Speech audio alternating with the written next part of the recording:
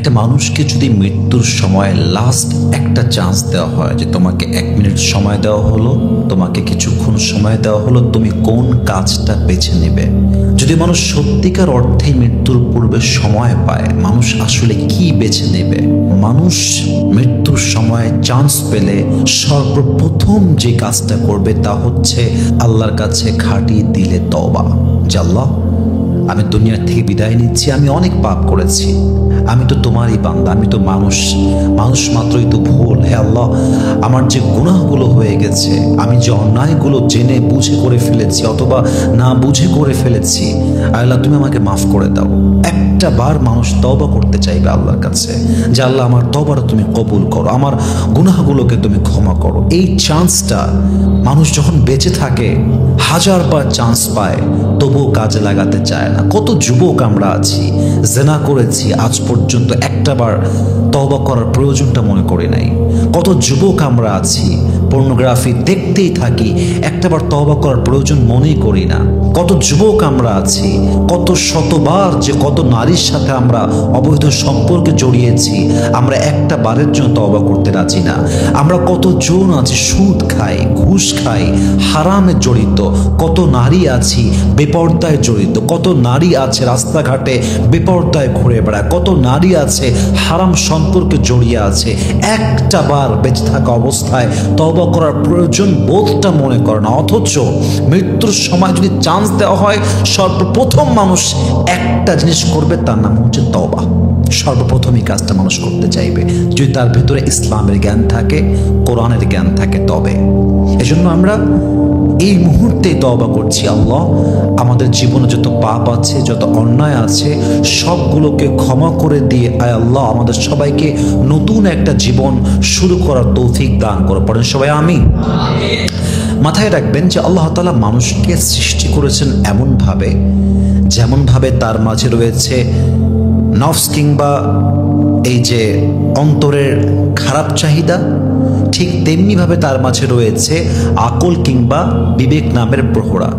মানুষ তার আকল এবং বিবেক দ্বারা মোটিভেট হয়ে উদ্বুদ্ধ হয়ে ভালো কাজ যেমন করে, ঠিক মানুষ তার নফসের কুমন্ত্রণায় পড়ে খারাপ কাজও করে। কিন্তু আল্লাহ তাআলা বলছেন খারাপ কাজ যারা করে তাদের মাঝে সবচেয়ে প্রিয় বান্দা হচ্ছে সেই বান্দা যে বান্দা খারাপ কাজ করার পরে সেখানে অটল থাকে না, বরং সে আমার কাছে ফিরে আসে। ওয়াতুবু ইলাল্লাহি জামিআন আইয়ুহাল মুমিনুনা লাআল্লাকুম তুফলিহুন। হে মুমিনরা, তোমরা সবাই তওবা করো যাতে করে তোমরা সফল হতে পারো। আল্লাহ তাআলা বলছেন যখন আমার বান্দা আমার কাছে ফিরে আসে, বান্দার সমস্ত আমলের মাঝে বান্দার তওবাটা আমি আল্লাহর কাছে সবচেয়ে প্রিয় হয়ে যায়। সুবহানাল্লাহ পড়বেন না আপনারা সবাই? অতএব বুঝে গেল একজন মানুষ মৃত্যুর সময় যদি চান্স পায়, সর্বপ্রথম কাজ সে বান্দা করবে, তার নাম হচ্ছে তওবা। বলেন সবাই, তার নাম কি? 2 নাম্বার, একজন বান্দাকে যদি মৃত্যুর সময় চান্স দেওয়া হয়, 2 নাম্বার যে আমলটা বান্দা করবে তার নাম হচ্ছে নামাজ। মানুষ বলবে আমাকে একটা বারের জন্য নামাজ পড়তে দেওয়া হোক, আমি একটা বারের জন্য নামাজ পড়তে চাই। দেখবেন ফাঁসির কাষ্টের আসামিকে লাস্টে 2 রাকাত নামাজ পড়ানো হয়। এটাকে আমি ভুল বললাম না ঠিক বললাম? চান্স দেওয়া হয় নামাজ পড়বা, তোমার শেষ নামাজ তুমি পড়ে নাও, শেষ নামাজ, last prayer in your life. মানুষ চাইবে যে আমাকে একটাবার নামাজ পড়ার চান্স দাও, যে নামাজটা সে প্রতিনিয়ত মিস দিয়েছে।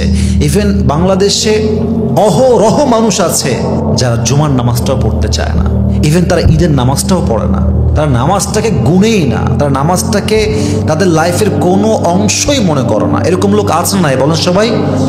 কিন্তু মৃত্যুর সময় মানুষ চাইবে আমাকে একটা চান্স দেন, আমি 2 রাকাত নামাজ পড়তে চাই। ওয়া আকিমিস সালাতা লিযিকরি, তোমরা নামাজকে কায়েম করো, আমাকে স্মরণ করো, নামাজটা মিস দিও না। একজন মুমিন যদি মুমিন পরিচয় দেওয়ার পরে সে নামাজ না পড়ে, সে কখনো মুমিন হতেই পারবে না, ঠিক কিনা বলেন? একজন মানুষের প্রথম পরিচয় মুসলমান হিসেবে তার নামাজের মাধ্যমে।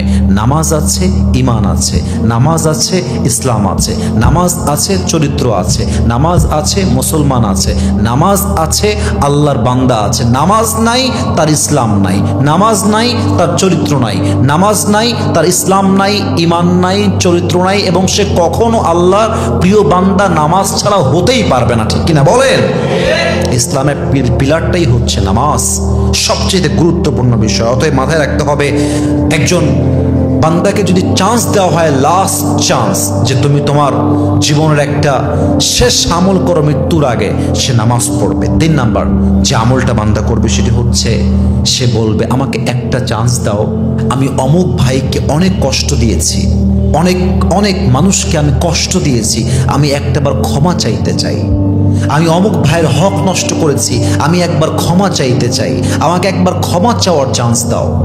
ক্ষমা চাইতে চাইবে, অথচ বেঁচে থাকা অবস্থায় সে মানুষটা অন্য মানুষকে মানুষের বাচ্চা মনে করে নাই, কিন্তু মৃত্যুর আগে বলবে আমাকে একটা চান্স দাও, আমি একবার ক্ষমা চাইতে চাই।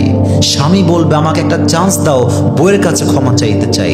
একজন বউ বলবে আমাকে একটা চান্স দাও, আমি আমার স্বামীর কাছে ক্ষমা চাইতে চাই। আমাকে একটা চান্স দাও, আমি আমার মায়ের কাছে ক্ষমা চাইতে চাই। আমাকে একটা চান্স দাও, আমি আমার বাবার কাছে ক্ষমা চাবো। আমাকে একটা চান্স দাও, বন্ধুর কাছে ক্ষমা চাবো। মানুষ ক্ষমা চাওয়ার জন্য পাগল হয়ে যাবে, কারণ তখন বুঝে ফেলবে যত হক নষ্ট করেছি প্রত্যেকটা হকের পাই টু পাই হিসাব মৃত্যুর পরে নিবে একজন, তিনি কে? এই জন্য প্রিয় ভাইয়েরা আমার, মৃত্যুর সময় চান্স চাওয়ার আগেই এখন চান্স আছে, এখনই শুধরে যান।